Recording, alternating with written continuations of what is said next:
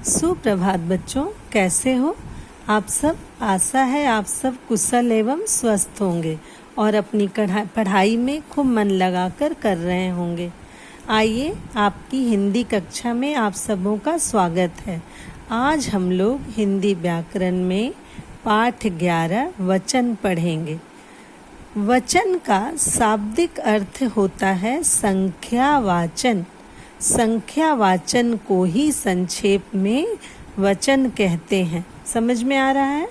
वचन शब्द का अर्थ संख्या बताने वाला शब्द होता है। जैसे 1 तितली और 5 तितली दोनों संख्या यानी गिनती का बोध करा रहे हैं। तो आइए हम जानते हैं वचन क्या होता है, हम इनका प्रयोग कैसे करते हैं।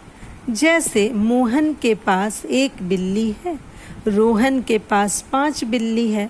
अब दोनों वाक्यों से हमें क्या पता चल रहा है? संख्या का पता चल रहा है, 1 बिल्ली और 5 बिल्ली का। ठीक है, तो ये वचन कहलाता है।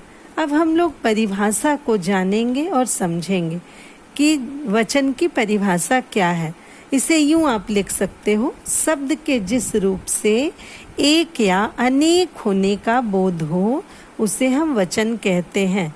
और संक्षेप में लिखना चाहते हो तो आप इस प्रकार भी लिख सकते हो कि वचन एक या अनेक संख्या का ज्ञान कराता है, या फिर एक या अनेक होने का बोध कराने वाले शब्द वचन कहलाते हैं। समझ में आ गया वचन की परिभाषा। हिंदी व्याकरण में बच्चों वचन 2 प्रकार के होते हैं। कितने प्रकार के होते हैं वचन? 2 प्रकार के होते हैं। पहला एक वचन, दूसरा बहुवचन। एक वचन में शब्द के जिस रूप से एक व्यक्ति, एक प्राणी, एक वस्तु, एक ही स्थान का ज्ञान हो उसे हम एक वचन कहते हैं। जैसे बच्चा, कपड़ा, माता, पुस्तक, बकरी, गाय इत्यादि। इसमें हमें सिर्फ एक होने का पता चल रहा है। इसी तरह बहुवचन किसे कहते हैं? बहुवचन में शब्द के जिस रूप से अनेक प्राणियों यानी एक से अधिक वस्तुओं, स्थानों या पदार्थों का ज्ञान हो या पता चले उन्हें हम बहुवचन कहते हैं। जैसे लड़कियां, बेटियां, स्त्रियां, घोड़े, नदियां, मालाएं इत्यादि। समझ में आ गया सब लोगों को एक वचन क्या कहलाता है और बहुवचन क्या कहलाता है? ठीक है, अब हम लोग आगे पढ़ेंगे। कुछ ऐसे शब्द भी होते हैं जो सदैव बहुवचन में ही प्रयोग किए जाते हैं पर रहता वो एक वचन में है।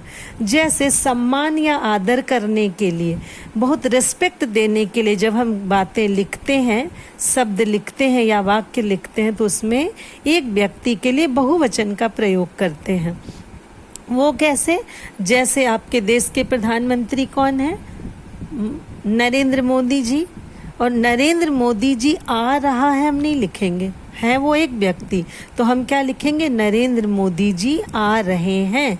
नेहरू जी भारत के प्रथम प्रधानमंत्री थे। गुरु महाराज जी आए हैं। इतने एग्जाम्पल से हम समझ रहे हैं। तो आदर और सत्कार के लिए, सम्मान के लिए हम एक व्यक्ति के लिए भी बहुवचन का प्रयोग करते हैं। जो लोग उच्च पद पे होते हैं, बड़े पोस्ट पे होते हैं, उनके लिए हम हमेशा क्या कहते हैं, या हमसे आयु में बड़े होते हैं तो हम उनके लिए प्रयोग करते हैं बहुवचन का। जैसे मंत्री जी आ रहे हैं, हम इस समस्या पर गौर करेंगे। कुछ शब्द ऐसे होते हैं जो बहुवचन में ही प्रयोग होते हैं। जैसे हस्ताक्षर, लोग, प्राण, दर्शन, होश, बाल, आंसू, इस तरह के। समझ में आ रहा है? अब आएगा कुछ पुल्लिंग शब्द के साथ कारक चिन्ह ने का प्रयोग न हो तो उनका रूप दोनों वचनों में एक जैसा ही होता है। जैसे मेरा घर बहुत बड़ा है, आसपास के घर छोटे हैं। कई बार या बहुत आयत देखने को मिलती है कि एक वचन संज्ञा के साथ गण लगाया जाता है। गण, लोग, जन, वर्ग, दल और वृंद आदि प्रत्यय जोड़ दिया जाता है। जैसे छात्रगण, प्रजाजन, सैनिक दल, है ना, कर्मचारी वर्ग। इस तरह से हम प्रयोग करते हैं बहुवचन का एक वचन में। जैसे जनता, वर्षा, आकाश, प्रजा, हवा, आग तथा पानी शब्द का सदा एक वचन में प्रयोग होता है। समझ में आ रहा है? जैसे संत के दर्शनों के लिए जनता दौड़ आई, तो ये प्रयोग हम जो है एक वचन में करते हैं। व्यक्तिवाचक और भाववाचक संयोग संज्ञाओं का प्रयोग केवल एक वचन में ही होता है। जैसे मदर टेरेसा ने शांति का उपदेश दिया, परिश्रम से सफलता मिलती है।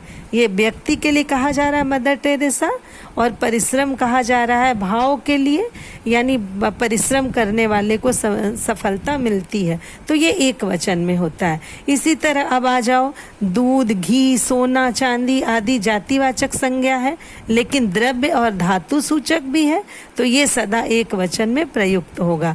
जैसे लिखोगे सोने का भाव बढ़ रहा है, पतीले में 2 किलो दूध उबल रहा है, तो ये 2 किलो हमें एक से अनेक होने का बता रहा है, पर हम इसे प्रयोग करेंगे एक वचन में। क्लियर हो रहा है? इसी तरह कुछ शब्द संबंधों के लिए होते हैं, जैसे मामा, चाचा, दादा, काका, नाना, मौसा, इस तरह के शब्द जो होते हैं इनके वचन नहीं बदलते, न ये एक वचन में ही रहता है ना बहुवचन में। बस इनका शब्द है मामा, चाचा, दादा, तो ये ज्यों का त्यों प्रयोग होता है। कुछ शब्द युग्म होते हैं, जैसे लड़का, लड़की, माता, पिता, चाचा, चाची, तो ऐसे शब्दों का वचन जो है वो जब हम बहुवचन बनाते समय केवल अंतिम शब्द का वचन बदलते हैं। जैसे लड़का है तो लड़कियां, है ना, ये ऐसे लिख देते हैं। समझ में आ गया? अब जो है वचन बदलने के कुछ नियम हैं, कैसे एक वचन से हम बहुवचन को बदलते हैं, इसे हम समझते हैं। अंत में आ को ए लगा देना। आ जो है जैसे आंख, तो ख का उच्चारण में आ आया है। कलम, नहर, बहन, बात, दीवार, ऐसे शब्दों में आ का उच्चारण आ रहा है ना, तो इस आ की जगह ए लगा देंगे। जैसे आंख है तो आंखें, कलम है तो कलमें, नहर है तो नहरें, बहन है तो बहनें, इस तरह से हम वचन को बदलते हैं। दूसरा नियम है अंत में आ को ए बना देना। जैसे कपड़ा, कमरा, तो ये रा, अड़ा हो रहा है ना, इसमें आ का उच्चारण, अब इसमें हम ए लगा देंगे अंत में, तो बहुवचन बन जाएगा। कपड़े, कमरे, घोड़ा का घोड़े, तोता का तोते, ठीक है, एक वचन में इसी तरह से बहुवचन में बदला जाता है एक वचन को। तीसरा नियम है अंत के आ में ए जोड़ना। जैसे कक्षा, कन्या, छात्रा, दिशा, बाला, सभा, अब इसमें ए जोड़ देंगे। कक्षाएं, कन्या का कन्याएं, छात्रा का छात्राएं, दिशा का दिशाएं। समझ में आ रहा है आप लोगों को? आ में ए जोड़ देने से कैसे एक वचन के शब्द बहुवचन में बदल जाते हैं। इसी तरह से चौथा नियम कह रहा है छोटी ई या बड़ी ई में या जोड़ देना। छोटी ई के शब्द लगे हों या बड़ी ई की मात्रा लगी है, उसमें या जोड़ दो। जैसे जाति, तिथि, निधि, नीति, पंक्ति, राशि, रीति, लिपि, विधि, शक्ति, ये सब शब्द जो हैं इन सब में छोटी और बड़ी की मात्रा लगा के बनाया गया। अब इसमें यहाँ जोड़ देंगे तो जाति का जातियाँ, तिथि का तिथियाँ, विधि का विधियाँ, नीति का नीतियाँ, पंक्ति का पंक्तियाँ, राशि का राशियाँ, रीति की रीतियाँ, ये सब वचन बदलते समय बड़ी की मात्रा ई में बदल जाती है। ठीक है, जहाँ बड़ी की मात्रा लगा होगा अंतिम शब्द में वहाँ छोटी लग जाएगी, और छोटी जहाँ लगा होगा वहाँ बड़ी लग जाएगी। ठीक है, अब हम समझेंगे पांचवें नियम को। अंत में छोटा ऊ या बड़ा ऊ में ए जोड़ देना। जैसे ऋतु, छोटा ऊ लगा है, वस्तु, बड़ा ऊ छोटा ऊ लगा है, बहु में बड़ा ऊ लगा है, वधु में बड़ा ऊ लगा है। अब ऋतु में हम ए जोड़ देंगे तो ऋतुएं, वस्तु में वस्तुएं, बहु में बहुएं, वधु में वधुएं। समझ में आ रहा है? इसी तरह छठा नियम बता रहा है अंत के या में चंद्र बिंदु कैसे जोड़ते हैं। जैसे बछिया, खटिया, चूड़िया, गुड़िया, चिड़िया, लुटिया। अब इसमें यहाँ जोड़ देंगे तो बछियाँ, खटियाँ, गुड़ियाँ, चिड़ियाँ, लुटियाँ। इस तरह से हम अंत में जोड़ देने से ये इसका एक वचन से बहुवचन में बदल जाता है। ठीक है, अब हम एक बार फिर से पाठ का सारांश सुन लेते हैं। वचन क्या होता है? एक या अनेक होने का बोध कराने वाले शब्द वचन कहलाते हैं। समझ में आ गया वचन। हिंदी में वचन 2 प्रकार के होते हैं, एक वचन और बहुवचन। और वचन की जो पहचान है वो संज्ञा, सर्वनाम, क्रिया तथा विशेषण आदि से होते हैं।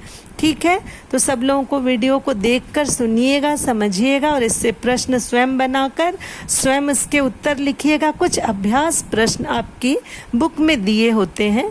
आप जब अच्छे से चैप्टर को समझ लेते हैं तो सारे अभ्यास प्रश्न आप खुद से कर लेंगे। ठीक है, तो सारे बच्चे वीडियो को अच्छे से सुनिएगा, समझिएगा बेटा।